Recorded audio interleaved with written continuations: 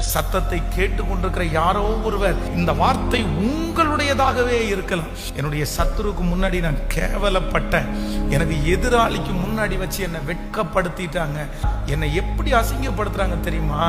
எனக்கு சத்துருவா இருக்காங்க பாருங்க, அவங்க முன்னாடி நான் வெட்கப்பட்டு போறேன், அவங்க முன்னாடி மனசை கஷ்டப்படுத்துறாங்க. நான் சத்துருக்கு முன்னாடி கேவலப்பட்டு நிக்கிறேன், சத்துருக்கு முன்னாடி ரொம்ப கீழே நிக்கிறேன்.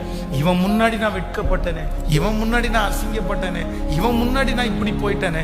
ஆனா ஆண்டவர் சொல்லுகிறார், பயப்படவே வேண்டாம், சீக்கிரத்திலே ஒன்று நடக்க போகிறது.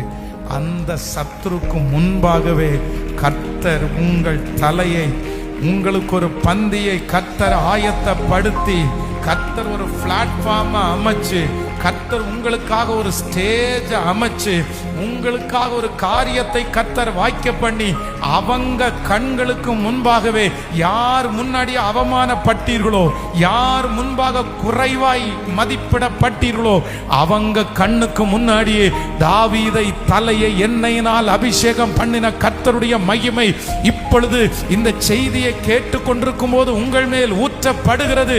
நிச்சயமாய் கர்த்தர் அவர்கள் கண்களுக்கு முன்பாக எனக்கு ஒரு பந்தியை ஆயத்தப்படுத்துவார்.